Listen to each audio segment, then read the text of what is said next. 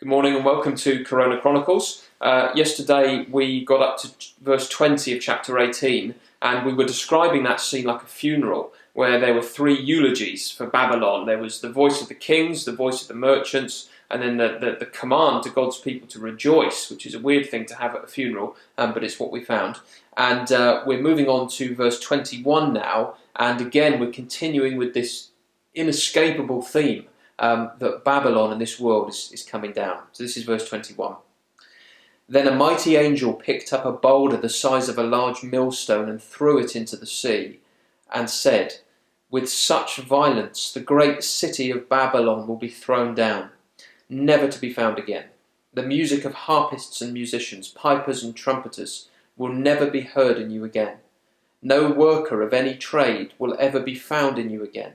The sound of a millstone will never be heard in you again. The light of a lamp will never shine in you again. The voice of bridegroom and bride will never be heard in you again. Your merchants were the world's most important people. By your magic spell, all the nations were led astray. In her was found the blood of prophets and of God's holy people, of all who have been slaughtered on the earth."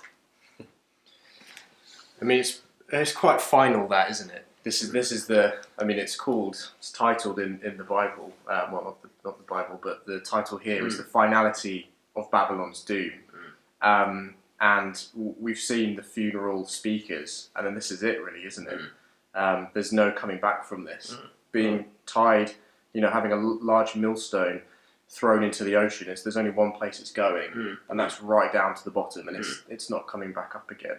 No, and it's amazing how that is quite, although millstones are not something we might see very much, it is a violent image. So I'm sure most people have seen on those nature programs the moment when a huge, ice shelf suddenly creaks and breaks and comes falling into the sea, or a tower of rock just collapses, and it's a violent image, isn't it? It's thousands and thousands of tons of material just plunging into the sea, and that's being used as a picture to describe Babylon being thrown down into the bottom of the ocean. And in the reading, it's very clear, isn't it? This never again, never again, never again. So as you say, it's the finality of Babylon's doom. And the interesting thing is that in the past few verses, there's been quite a lot of language about the judgment of Babylon, and it's described as a burning and a wailing and a torment, whereas this seems to be, alongside that, the withdrawal of everything that would bring joy in normal life. So the warm glow of a lamp will never be seen; it will be darkness forever.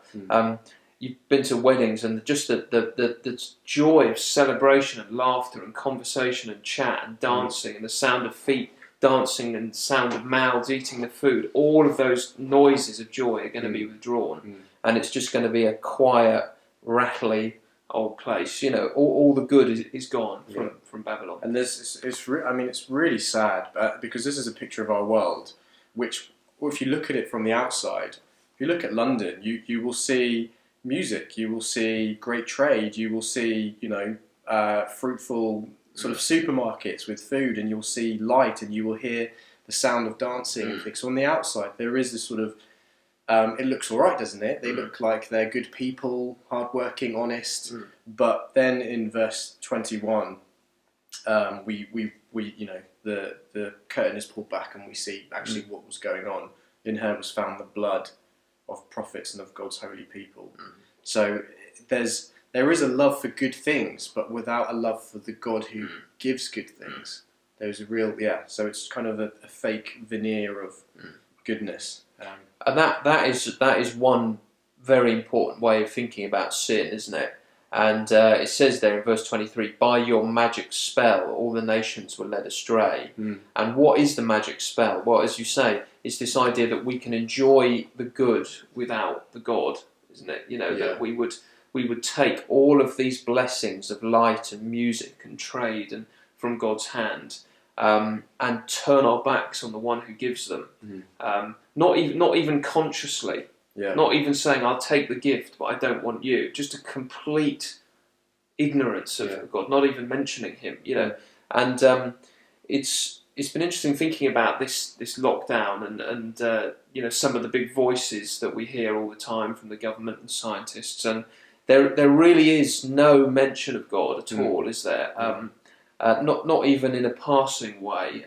He's just completely cut out. And you can imagine at the press conference, if someone said, have you thought much about God's role in all this? It would be completely inappropriate, wouldn't it? People would just say, "Can we have the next question, please?" It would be. So that's what's happening here. It's this. We think that we can enjoy all of these things without God. That is the spell that leads us astray. Yeah. I suppose as Christians as well, that is the temptation that will lead us astray. But actually, all the good things we have in our life are there just because they're there, not because God's given them to us. And this is a picture of something Jesus said, isn't it? He says it'd be better for you to be thrown into the sea with a large millstone tied around your neck and to lead one of the little ones astray. And you see that by your magic spell, all the nations were led astray. So Jesus really had this in mind, didn't he? Because he's sort of seen this vision himself, hasn't he? So this is what he was thinking of when he said that. The seriousness of living in this world and enjoying God's things without any acknowledgement of the Creator.